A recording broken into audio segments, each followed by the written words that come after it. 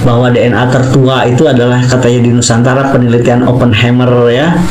Oppenheimer itu meneliti bahwa garis tertuanya itu ada di Nusantara.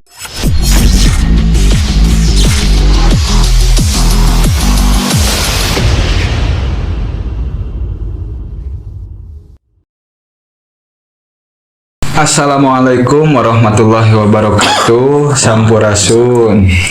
Ampes. Alhamdulillahirabbil alamin wa bihi nasta'in wa ala umuri dunya waddin wassalatu wassalamu ala asrofil anbiya'i wal mursalin amma ba'du. Alhamdulillahirabbil alamin. Segala puji kita panjatkan kehadirat Allah Subhanahu wa taala yang telah memberikan kita nikmat, segala nikmat hingga kita dapat beraktivitas sebagaimana mestinya. Tak lupa sholawat beserta salam mari kita junjungkan kepada Nabi kita, Nabi Muhammad sallallahu alaihi wasallam, beserta keluarga dan para sahabat serta tabi'in tabi'atnya. Saya Rifki Ahmad Taqiyuddin. Di sini saya ingin mengobrol santai, berbincang-bincang, yang mana perbincangan ini mengenai tentang kelestarian budaya Sunda. Saya sudah menyiapkan sebenarnya beberapa list pertanyaan yang menurut saya penting untuk diobrolkan sekarang mungkin ya. Di sini saya bersama narasumber kita kali ini yaitu ada Kang Agus. Assalamualaikum Kang Agus. Waalaikumsalam warahmatullahi wabarakatuh. Rampes. Kang Agus beliau ini adalah seorang budayawan yang fokus terhadap budaya, khususnya budaya Sunda. Beliau menulis sejarah tentang Sunda, kebudayaan Sunda. Juga beliau ini telah mendapatkan sertifikat dari Badan Sertifikasi Nasional atau BSN. Beliau juga aktif di berbagai komunitas. Beliau juga pemangku adat dari komunitas Nyapu Kabuyutan. Mungkin untuk lebih jauhnya kita langsung berbincang-bincang dengan Kang Agus. Kang Agus, bagaimana kabarnya? Baik, alhamdulillah. Sehat walafiat. Mungkin Kang Agus bisa lebih memperkenalkan diri ya kepada kita, karena dalam pepatah tak kenal maka tak sayang gitu Kang Agus. Betul. Mungkin boleh perkenalkan dulu ya. Iya. Assalamualaikum warahmatullahi wabarakatuh. Sampurasun. Wasta, mau pakai bahasa Sunda, bahasa Indonesia? Bahasa Indonesia saja. Bahasa Indonesia. Nama dari orang tua, nama Agus Budiman. Kemudian menjadi ditambahkan dengan perjalanan mencari jati diri, asal usul. Oh, ternyata kita berasal dari leluhur yang dulu pernah tinggal di wilayah Tatar Sunda gitu kan. yakni Raden Wirawangsa selaku Bupati Sukapura pertama sebagai asal usul cikal bakal sejarah dari kota Tasikmalaya dan Kabupaten Tasikmalaya saat ini. Nah, kemudian ditambahkanlah sebagai untuk merawat nama, karena bahasa nama itu adalah warisan juga, warisan budaya, sehingga kita konsen tadi sebagai pemerhati budaya ingin merawat nama itu, dan sekarang menjadi ada putusan pengadilan menjadi Agus Wirabudiman gitu ya. Jadi Agus Wirabudiman gitu. Asalnya bekas di orang tua itu waktu akte lahir itu Agus Budiman. Oh. Tapi karena perjalanan disaksikan di pengadilan sama orang tua, minta izin ke orang tua yang udah ada untuk menambahkan rasa spirit ingin memelihara budaya penamaan, nama leluhur, nama asal usul orang tua kita dimasukkan ke dalam nama kita gitu. Oke, Kang Agus. Jadi Kang Agus ini seorang budayawan ya. Tentu saya ingin bertanya Kang Agus, apa sih definisi budaya menurut Kang Agus, juga mengapa penting itu melestarikan budaya, khususnya budaya Sunda, Kang Agus? Banyak kalau kita definisi tentang budaya. Budaya itu hasil cipta karsa karya manusia, hasil cipta daya cipta karsa manusia. Itu budaya, produk budaya itu akhirnya jadi hasil karya cipta karya manusia gitu. Kayak kita bercocok tanam, bahasa pun itu salah satu dari produk budaya. Dan khususnya di sini ada budaya Sunda gitu. Atas barusan kenapa sih harus harus merawat budaya, Iya. kan gitu ya. Iya, Setelahnya kita tahu definisi budaya secara umum, kemudian di sini ada budaya Sunda. Iya. Kan tadi ya kelestarian budaya Sunda tadi ya judulnya ya. Judulnya, ya. Lantas mengapa kita harus ada perhatian melestarikan budaya Sunda? Padahal budaya Sunda itu kan hasil seolah buatan manusia lah, hasil cipta karsa pemikiran rohani manusia gitu. Kenapa harus dirawat kan gitu? Iya. Nah, mungkin kita tidak tahu tentang kelahiran kita, mau lahir di mana, di bangsa mana, suku mana. Pendidikan lingkungan juga mempengaruhi. Mungkin berangkatnya karena kita berangkat dari lingkungan yang belajar agama Islam ya, di pondok-pondok pesantren, lingkungan keluarga lah, lingkungan kecilnya, lingkungan kecil kita dididik dan disekolahkan ke pesantren. Nah, terbersitnya itu setelah lulus dari pondok, setelahnya kita keluar kuliah, kemudian kita baca-baca lagi Al-Quran, penghayatan, ingin mengenal diri, kan gitu ya. Kita menemukan dalam Al-Quran itu Allah berfirman, Inna khalaqnakum min dzakari wa unsa wa ja'alnakum syu'uban wa qabaila lita'arafu. Kan gitu. Itu dasar spiritnya itu dulu. Ya, dasar spiritnya itu dulu yang mengapa misalkan saya merawat budaya, kan gitu.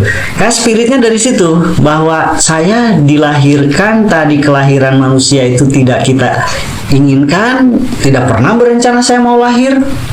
Ya, nggak ada sama sekali rencana, tiba-tiba dilahirkan aja kan, kemudian dididik. Nah, di situ katanya Allah menciptakan dari seorang laki-laki dan seorang perempuan, kemudian Allah menjadikan berbangsa-bangsa dan bersuku-suku untuk lita'arafu. Itu mungkin penghayatan kita terhadap Sang Pencipta Allah Rabbul Alamin sebagai pencipta, penguasa dan seterusnya. Kita dilahirkan, ditakdirkan oleh Allah lahir sebagai sudah ada lahir yang namanya bangsa Indonesia. Kan tiba-tiba kita nggak tahu kapan bangsa Indonesia itu ada. Tiba-tiba sekarang sudah bahwa saya ini sebagai bangsa Indonesia, benar nggak? Benar. Nah, itu dulu mungkin kita yang harus sadari supaya nanti apa pentingnya merawat budaya Sunda itu, kan gitu ya. Jadi ketika berbicara penting dan tidak penting itu berarti kita harus tahu dulu asal usulnya, sejarahnya. Ya kan? Kita juga belajar Islam harus tahu asbabun nuzulnya, harus tahu sejarah nabinya, harus tahu sejarah para rasulnya ya. Jadi sejarah itu sangat-sangat penting untuk mengenal kelahiran kita, mengenal asal usul kita, di mana kita hadir, di mana kita berpijak, disitulah langit dijunjung, kan gitu ya. Di mana bumi dipijak, disitulah langit dijunjung, kan gitu. Nggak bisa kita misalkan tinggalnya misalkan di perkotaan di Jawa Barat, tapi yang kita agul-agulkan itu misalkan Amerika, kan gitu. Bahasa juga beda, budayanya juga beda. Nah, bukan kebetulan, sudah kehendak Allah. Karena kelahiran manusia itu tidak ada yang berencana. Semua manusia kalau ditanya, semua bangsa, semua orang kalau ditanya, apakah Anda lahir ke muka bumi atas rencana Anda sendiri? Kan tidak. Pasti itu adalah rencana yang maha kuasa. Apakah itu bahasanya Tuhan, Rob, Hyang, atau apa bahasa Tuhan, Yahweh, Elohim, bahasa-bahasa Tuhan kuno kan banyak bahasa tentang kehadiran yang maha pencipta. Kan gitu ya. Kalau kita lihat ke sana. Kenapa kita tahu di situ? Karena kita oh, ternyata orang Arab mengenal nama Tuhan penciptanya itu dengan nama Allah. Ketika namanya Yahudi Elohim atau apa gitu ya, apa bahasa Nasrani dan yang bahasa Ibrani dan yang lainnya, banyak lah itu kajian tentang penyebutan bahasa tentang Tuhan, tentang di sini tentang yang menciptakan sesuatu adikodrati yang mesti tidak bisa manusia lahir, tidak bisa sekonyong-konyong langsung menganggap bahwa dirinya Tuhan dan yang lainnya. Pasti di situ ada proses perjalanan manusia untuk mengenal dirinya sendiri sehingga mengenal Tuhannya. Kan itu kemudian lahirlah bahasa, penyebutan bahasa. Mungkin di situ di rasa spirit itu karena saya lahir di bagian dari suku Sunda. Kenapa saya mengatakan suku Sunda? Karena ternyata banyak suku Jawa, suku Minang, suku Bali, suku yang lainnya Lombok, Dayak. Suku di Indonesia ya. Suku yang ada di Indonesia. Ketika kita lahir, kok banyak beragamnya Indonesia ini kan gitu. Iya. Bangsa yang besar dengan berbagai suku dan bahasa. Lah, saya ini bagian dari bangsa Indonesia yang hadirnya pakai suku Sunda. Kan gitu? Iya, benar. Gitu. Kalau kita lihat asal-usul Sunda lebih panjang lagi. Asal-usul Sundanya, istilah Sunda aja. Sunda itu adalah Jawa Barat adalah Sunda. Yang intinya istilah Siliwangi itu Jawa Barat itu adalah Siliwangi. Nah, Sunda yang dimaksud di sini mungkin adalah dari asal-usul yang sama, yakni dari Prabu Siliwangi yang hidup di Jawa Barat. Sunda yang secara pemahaman sekarang gitu ya, ada budaya Sunda. Nah, kenapa penting? Karena tidak mungkin ada sebuah bangsa. Tadi kan yang dikatakan bangsa Indonesia kan. Bangsa Indonesia ini terdiri dari berbagai suku dan bahasa ya. Sukunya banyak. Kalau diibaratkan bangsa Indonesia itu saya analogikan sebagai tubuh saya. Dari ujung rambut sampai ujung kaki. Ini adalah sebuah bangsa Indonesia. Penopang tubuh saya ini adalah 2 kaki, 2 tangan, sehingga bisa beraktivitas. Nah, suku itu mungkin diibaratkan ada suku yang besar, ada yang suku kecil gitu kan, skupnya. Oh, suku Sunda ini ternyata satu wilayah Jawa Barat, ternyata di suku Sunda di Kalimantan juga ada. Itu mah antara besar dan kecilnya bukan ukuran. Tetapi yang jelas, suku itu adalah penopang dari sebuah bangsa. Jadi kenapa saya harus pertahankan budaya Sunda, suku Sunda misalkan gitu. Dipertahankan, apa yang dipertahankannya? Dipertahankannya yaitu ciri, cara, ciri dan cara. Cirinya apa? Caranya bagaimana menjalankan sebuah budaya Sunda. Kadang-kadang kita juga cirinya itu kadang-kadang udah banyak yang hilang. Ciri Sunda itu apa? Ya lemah lembut. Cara menunjukkannya, oh sebelah sana. Paling mana cenah pulpen teh itu ke paling ditu. Tangannya pakai begini. Kan gitu. Ini salah satu budaya, karakter, ciri khas tata krama. Kalau panjang kalau dibahas dari sisi tata krama, ulah getas harupateun, ulah haripet kututeureuyeun, banyak filosofi bahasa Sunda yang mengajarkan ketika kita mempelajari agama Islam banyak ketersambungannya gitu. Banyak nilai-nilai tujuan dari ajaran Islam ternyata di Sunda itu sudah membumi menjadi sebuah budaya. Kalau orang tidak tahu tata krama, tidak tahu akhlakul karimah, di Indonesia mah khususnya di Sunda mah sudah memiliki akhlakul karimah, sudah memiliki budi pekerti luhur. Kalau di bangsa Arab belum memiliki, misalkan karena diutusnya Nabi Muhammad untuk menyempurnakan akhlak, di Sunda sudah begitu sempurna, sudah begitu luhur perilaku, di mana tujuan Nabi Muhammad diutus ke muka bumi ini liutamima makarimal akhlak, tujuan diutusnya itu kan gitu. Nah di Sunda ini ternyata setelahnya dibaca, dipelajari, ternyata banyak perilaku pepatah orang tua, tata krama ke orang tua harus seperti apa ya, cara bekerjanya harus bismillah dulu, mau keluar rumah harus lihat dulu sawen, nanti ada bahasa sawen gitu kan. Banyak budaya-budaya kita yang mendidik di keluarga itu untuk mempertahankan ciri dan mengimplementasikan, dan dari ciri dan dari cara itu menggambarkan tujuannya semuanya untuk perilaku ke akhlak, lebih ke akhlak. Jadi karena ada rasa reus, ternyata ajaran orang tua itu tidak salah amat ya, ketika dihubungkan dengan pendidikan pengetahuan kita dalam ajaran Islam yang disampaikan budayanya oleh bahasa Arab, karena bahasa itu salah satu bagian dari ciri. Sehingga Allah menciptakan tadi dari laki-laki dan seorang perempuan, kemudian menjadikan berbangsa-bangsa, kemudian bersuku-suku, lita'arufu, untuk saling mengenal. Berarti kan untuk bisa saling mengenal kita harus memahami dulu cirinya. Iya, benar. Kita tahu ciri perempuan, oh cirinya ini kan gitu. Ciri laki-laki, ciri namanya ini, nama itu ciri. Ya, kan gitu ya. Nah, jadi urgensinya, pentingnya merawat budaya untuk merawat keutuhan bangsa Indonesia.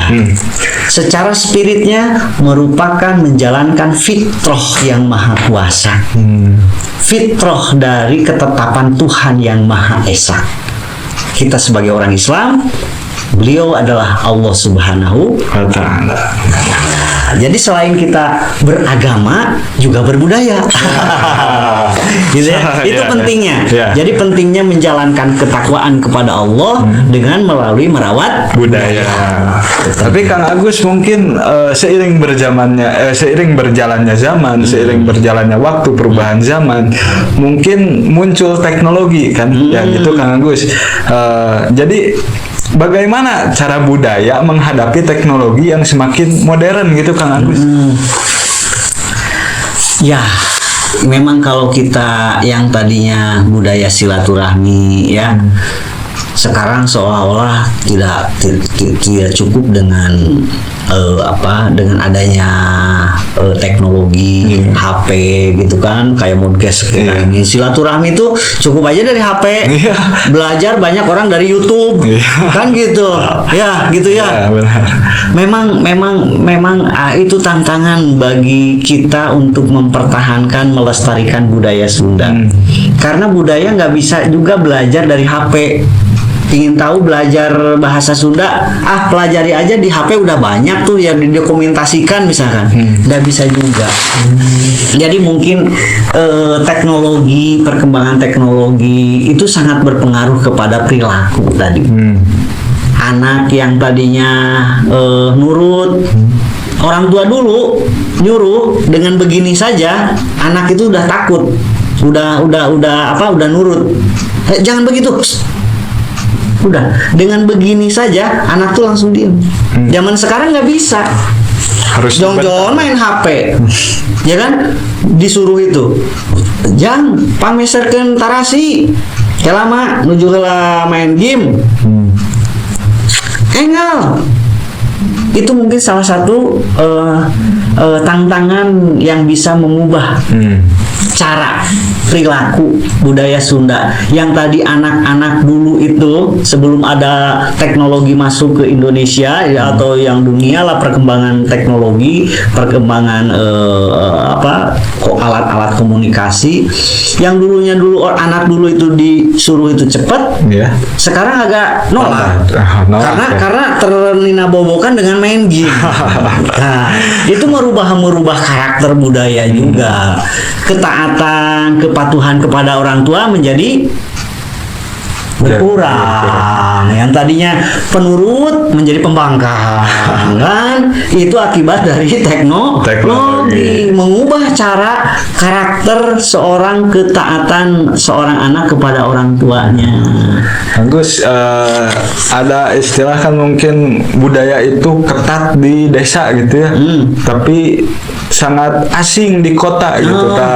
Jadi budaya di kota itu seakan hal yang asing. Nah, bagaimana kita sebagai ya khususnya Kang Agus gitu menghadapi realita ini gitu kan?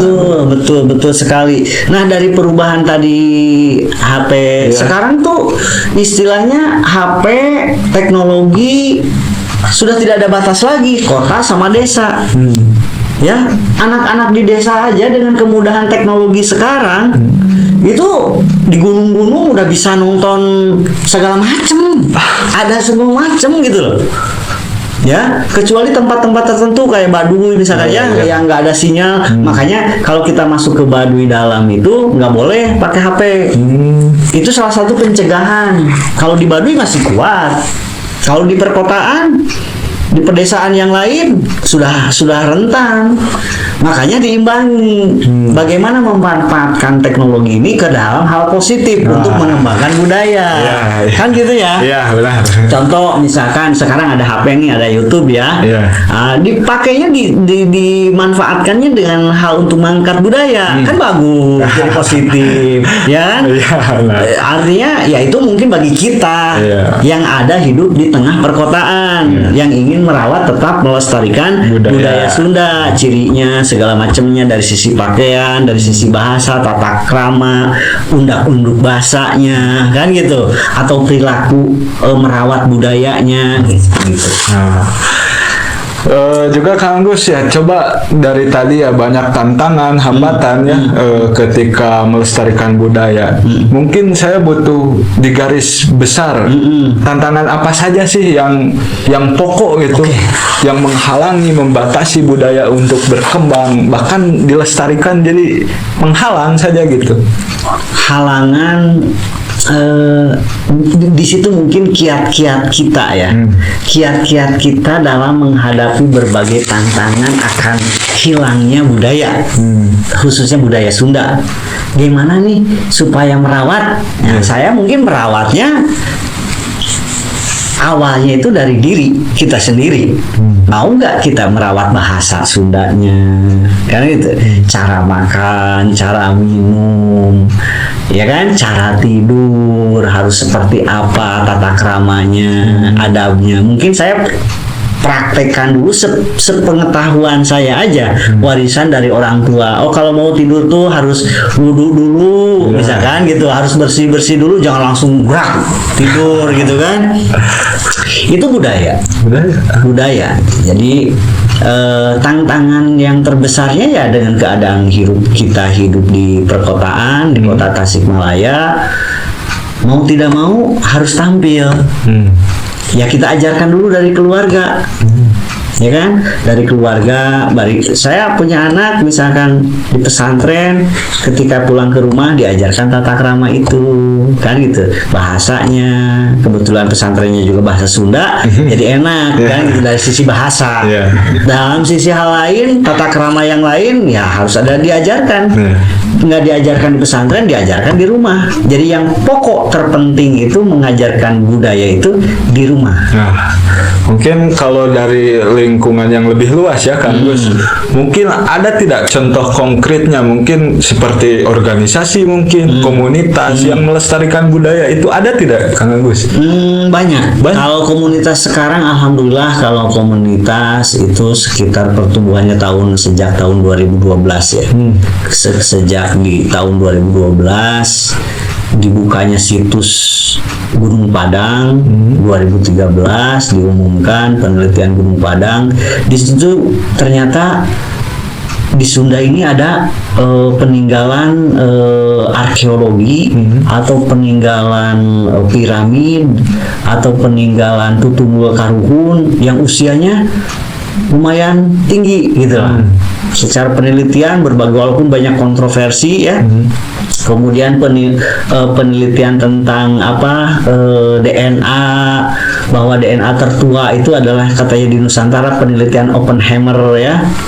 Oppenheimer itu meneliti bahwa garis tertuanya itu ada di Nusantara. Jadi banyak faktor peneliti, ketika peneliti itu hadirnya dari luar, dari barat, yang menilai tentang kita, kadang-kadang baru muncul percaya dirinya kita. Di situ mulai muncullah aktivis-aktivis budaya-budaya Sunda. Kalau dulu nih Kang Ripki ya, pakai ikat aja, pakai baju begini aja disangkanya dukun. Bener gak? Mau tidak mau berpakaian seperti ini seolah dukun, aliran sesat, pelaku musyrik, dan yang lainnya. Itu mungkin tantangannya dari sisi doktrin keagamaan juga, dan itu juga terjadi dalam dunia Islam ya. Ada Wahabi, ada Salafi, dan berbagai aliran firqoh. Itu juga berpengaruh kepada, imbas kepada budaya di Nusantara, khususnya di budaya Sunda, gitu loh. Gitu. Agus, ketika sudah terbangun ya satu komunitas, misalnya terbangun atau organisasi, langkah apa gitu yang komunitas itu mulai bergerak untuk melestarikan, misal terjun ke masyarakatnya itu seperti apa, atau bagaimana gitu langkah-langkah komunitas ya. Untuk melestarikan, mungkin komunitas itu adalah gabungan silaturahmi dari orang-orang yang sama punya kareus. Kareus itu rasa ya? Rasa memiliki. Reus itu rasa menyayangi, rasa mencintai, kan gitu. Reus gitu kan. Ketemulah dengan beberapa orang, akhirnya kita buat komunitas atau buat organisasi untuk supaya yang sama-sama punya spirit yang sama tentang perhatian budaya ini selalu senantiasa berkomunikasi, silaturahmi. Nah, dari sana mungkin urusan dengan pelestarian, alhamdulillah di Indonesia ini kesadaran itu akhirnya membentuk dari Undang-Undang Nomor 5 Tahun 2017 itu tentang pemajuan kebudayaan. Alhamdulillahnya bagi para penggiat budaya komunitas ini untuk mengembangkan budaya masing-masing, budaya yang ada di Indonesia, karena saking urgentnya sebuah budaya, bangsa itu bisa berkembang kalau budayanya juga berkembang. Kan gitu. Karena diibaratkan satu tubuh bangsa itu kan. Jadi kalau sehat nih tangan kanannya, kalau tangan kanan ini adalah suku Sunda, kaki ini suku Batak, misalkan kaki kiri ini suku Jawa. Ya, suku Sunda misalkan jarinya aja lah, jari jempolnya kalau sehat otomatis kan membantu. Sakit satu tubuhnya. Kan gitu.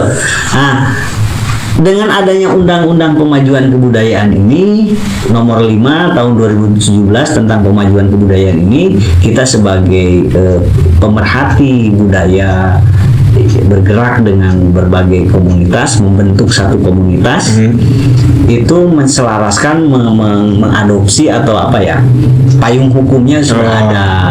Jadi kok baru tahun 2017 ya? Padahal kita merdeka 1945. Wah, berapa tahun ya? Udah berapa puluh tahun baru lahir. 2017 baru lahir Undang-Undang Pemajuan Kebudayaan. Alhamdulillah, itu juga bagi kita yang konsentrasi pentingnya merawat budaya, patokannya ke sana aja. Jadi apa-apa yang perlu kegiatan-kegiatan apa saja yang dilakukan dalam komunitas itu, salah satu strateginya pemajuan kebudayaan itu kita sosialisasikan kepada masyarakat. Gitu. Kita bergerak, bersilaturahmi, mengadakan berbagai kegiatan budaya, bahwa ini loh budaya Sunda, bahwa ini loh tutunggulnya, kan gitu. Ketika budaya sudah berkembang nih Kang Agus ya, tentu ada dampak yang dampak yang terkena atau dampak yang mengenai masyarakat gitu maksud saya. Dari hilangnya mungkin bahasa-bahasa lokal gitu karena kurangnya penekanan dalam pendidikan atau dokumentasi yang baik mungkin. Intinya mungkin saya ingin bertanya apa dampak dari kehilangan penurunan kelestarian budaya gitu. Dampaknya banyak ketika yang tadi lah ya, yang tadinya anak itu penurut menjadi pembangkang. Iya, benar. Ya, itu salah satu kehilangan budayanya. Sekarang kita lihat di Baduy atau ada pelaku-pelaku budaya yang lain di Cipta Gelar. Ada nggak Baduy itu misalkan demo atau gimana saling bunuh antara orang tua sama bapak, ada nggak? Nggak ada cerita. Itu karena dulu budaya ketika ada orang yang meninggal itu satu kampung itu wah geger, wah ada kematian, istilah ada mayit di Solokan itu saking apa ya, rasa masyarakat tuh sampai ingin pada melihat. Kenapa gekap apa namanya, kayak wah warana as gitu siun gitu, aya naon eta mani aya takut gitu gitu loh. Kalau sekarang dengar di TV ada yang mati di Solokan, mati di pohon, mati di jalan, kayak yang biasa aja. Itu dampak kerusakan, ada budaya yang hilang. Budaya toleransi, budaya saling menghargai. Dalam budaya kan ada silih asah, silih asuh, silih asih, silih asah, silih asuh, silih asih. Asah, asih, asuh. Betul. Nah, dampaknya gimana? Dampaknya hilangnya budaya silih asah. Silih asah itu saling mengingatkan, saling diskusi, pemahaman. Silih asah. Jadi ibaratkan pisau, kalau nggak diasah, klang, kayak gini nih. Ini silih asah. Oh, ini silih asah. Ini salah satu media silih asah. Berdialog, berdiskusi, bertabayun, mudzakarah. Kan gitu. Bukan pola kita nggak seperti dakwah. Dakwah, "Hei, kamu harus begini, dalilnya begini." Nah, kita budaya nggak begitu, tapi silih asah. Menyampaikan sesuatu itu dengan cara silih asah. Jadi tidak ada merasa saya paling pintar. Kira-kira pemahaman Kang Ripki misalkan bidang apa, didiskusikan, ditanya. Nah, saya jawab lagi, benar nggak pemahaman? Menurut saya ini begini. Salah, menurut saya begini. Loh, apa ya bedanya antara kita dengan Kang Ripki misalnya? Oh, bedanya begini. Benar nggak? Buktinya bagaimana? Nah, itu silih asah. Dialog itu adalah silih asah. Jadi seperti bertukar pikiran. Nah, budaya silih asah itu harus dikedepankan. Kalau enggak, nanti merasa sok benar sendiri. Iya, itu yang terjadi di zaman sekarang. Nah, itu ya. Itu yang terjadi. Akhirnya banyak demo, banyak pemberontakan, banyak segala macam. Karena hilang dari budayanya. Budaya silih asahnya sudah tidak ada. Kedepankan silih asah. Jangan mentang-mentang saya sudah sekolah dari Timur Tengah, misalnya sekolah sudah profesor, kan gitu. Mendikte kamu tuh anak kemarin sore kok berani-berani menyalahkan orang tua. Yang anak tuh diraih, diasuh. Di situ ada silih asuh. Gitu. Silih asih. Kalau nggak punya rokok kasih rokok. Kalau nggak punya kopi, ngopi dulu. Boleh ya, ngopi dulu ya. Ini kan silih asih. Itu silih asih. Saya punya nih, kasih. Silih asuh, jangan ke sana, takut jatuh. Nah, silih asah pengetahuannya, kesadarannya, saling dibicarakan. Nggak merasa ada saya paling pinter, saya paling tahu segala hal. Enggak. Kita tukar pikiran aja, itu namanya silih asah. Kalau silih asah kan pisaunya juga enak. Jadi wajar kalau dalam silih asah ada perbedaan, wajar. Yang wajar juga asah kadang dibalik, kadang dibalik lagi kan. Itu namanya silih asah. Filosofi dari kehidupan dijadikan sebagai papagon gitu ya. Pepatah. lagi. Setelah berkembangnya zaman, mungkin generasi ke generasi, dari generasi awal hingga generasi akhir, mungkin dari orang tua ke anak, dari kakek ke cucu, mungkin ada perumpamaan mungkin kakeknya itu tahu tentang budaya, tapi cucunya itu tidak tahu. Nah, yang dialami oleh generasi muda sekarang itu seperti itu. Nah, bagaimana menurut Kang Agus ini cara generasi muda sekarang aktif dalam melestarikan budaya gitu? Alhamdulillah, mungkin sekarang senengnya anak-anak muda milenial sekarang ini kan YouTube ya. Iya, gitu. Salah satu video ini, salah satu yang direkam sama video di YouTube ini nanti disebarluaskan. Karena orang seneng apa? Seneng main HP, YouTube. Ya, barangkali ada banyak yang melihat nanti ya. Amin. Jadi bahwa mudah-mudahan mengenalkan budaya Sunda. Bahwa yang pakaian iket kayak baju hitam ini bukan seorang dukun, bukan seorang penjahat, bukan ahli santet, gitu kan? Itu identifikasi yang disengaja dipengaruhkan tadi dari perubahan zaman tadi lah. Bahwa ini adalah merupakan budaya, baju budaya, iket kan gitu. Karena itu bagian ciri, ciri dari hasil karya cipta manusia leluhur dulu. Menciptakan baju seperti ini mungkin punya makna. Iket juga punya makna, punya filosofi pepatahnya. Itu yang perlu dikaji nanti mungkin pertemuan-pertemuan berikutnya bisa dikaji lebih dalam. Oh, kenapa bajunya begini nggak pakai kerahnya? Kenapa nggak pakai jubah? Budaya Sunda ini kok budaya Sunda mah kayak baju kayak gini aja, misalnya koko atau pangsi lah gitu ya. Ya, pangsi. Kenapa celananya nggak jean gitu kan, tapi pakai itu gitu lah. Jadi salah satunya yaitu memanfaatkan seperti YouTube ini atau seperti apapun media massa gitu ya, untuk generasi muda zaman sekarang karena menyesuaikan dengan zaman mungkin seperti itu. Kang Agus, mungkin teman-teman di sini ingin mendengar pesan dan harapan Kang Agus sendiri selama aktif dan fokus dalam bidang budaya mungkin.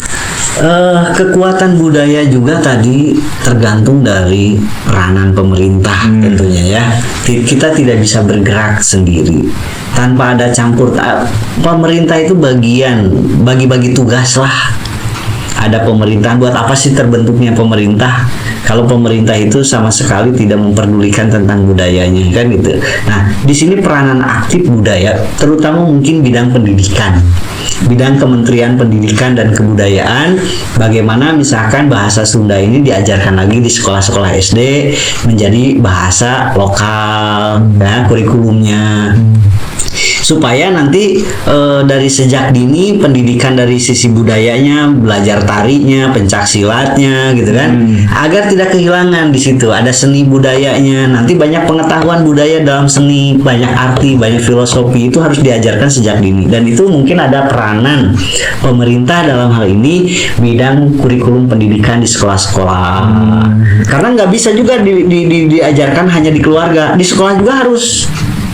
Kayak dulu misalkan saya diajarkan tentang lagu-lagu Sunda ya. Tehon cewang sumoreang, karena pahlawan bangsa, cadu mundur pandrang mulang, mun maksud tacan laksana, berjuang ker lemah cai, dan seterusnya. Dulu di SD kita dulu diajarkan lagu-lagu Karatagan Pahlawan, lagu-lagu kayak gitu ya. Nah, ketika pulang ke rumah lagi menghafal kan, dibimbing juga sama ibunya, kan gitu. Bahkan mungkin di rumah itu diajarkan, tidak hanya diajarkan lagunya lagi, tapi dengan artinya apa, kan nggak tahu ya. Oh, berjuang ker lemah cai itu apa katanya kan, lemah cai itu apa? Apa ya artinya gitu kan? Banyak tanah air kan gitu, kan gitu ya. Lemah berarti ada lemah. Oh, di situ ada bahasa lemah. Lemah bukan kelemahan. Lemah itu adalah beda kan, lemahnya bahasa Indonesia lemah Sunda dengan Sunda beda makna. Satu vokalnya lemah cai, lemah lemah lo, lemah jangan lemah lo. Beda ya. Jadi satu bahasa, satu kata, tapi berbeda makna, tergantung penempatan. Disitulah luhurnya. Itu yang perlu diajarkan gitu. Jadi peranan pemerintah dalam bidang pendidikan, kemudian pemanfaatan teknologi juga, ini upaya-upaya kita dalam mengembangkan kembali atau melestarikan budaya Sunda di masa sekarang globalisasi ini. Begitu mulianya harapan Kang Agus ini ya, untuk melestarikan budaya itu penting memang. Mari kita melestarikan budaya, apalagi untuk generasi muda zaman sekarang gitu ya. Ayo kita sama-sama melestarikan budaya, khususnya orang Sunda mungkin di sini nih yang lagi nonton orang Sunda. Ayo kita lestarikan budaya Sunda kita gitu. Jangan sampai kita tidak tahu bahasa Sunda kita sendiri gitu. Orang lain bicara Sunda kita gak ngerti, padahal kita orang Sunda. Mungkin itu pelajaran yang sangat penting. Mungkin di sini kita mengambil banyak pelajaran hidup, pelajaran budaya, pokoknya semua tentang pelajaran yang tadi dikaji itu sangat sangat insya Allah bermanfaat bagi kita semua. Amin. Amin ya rabbal alamin. Mungkin gitu Kang Agus ya. Iya. Mungkin lain waktu kita bisa bertemu kembali, Amin. mengobrol dengan santai kembali mungkin ya. Tiasa Pak Amprok jonghok deui. Nah, ngawangkong. Ngawangkong. Ngawangkong. Ngawangkong di bojong rangkong. Mungkin gitu ya. Ya. Terima kasih Kang Agus. Terima kasih. Sami, mangga, Ya. mangga. Mungkin sekian. Wassalamualaikum warahmatullahi wabarakatuh. Waalaikumsalam warahmatullahi wabarakatuh. Sampurasun.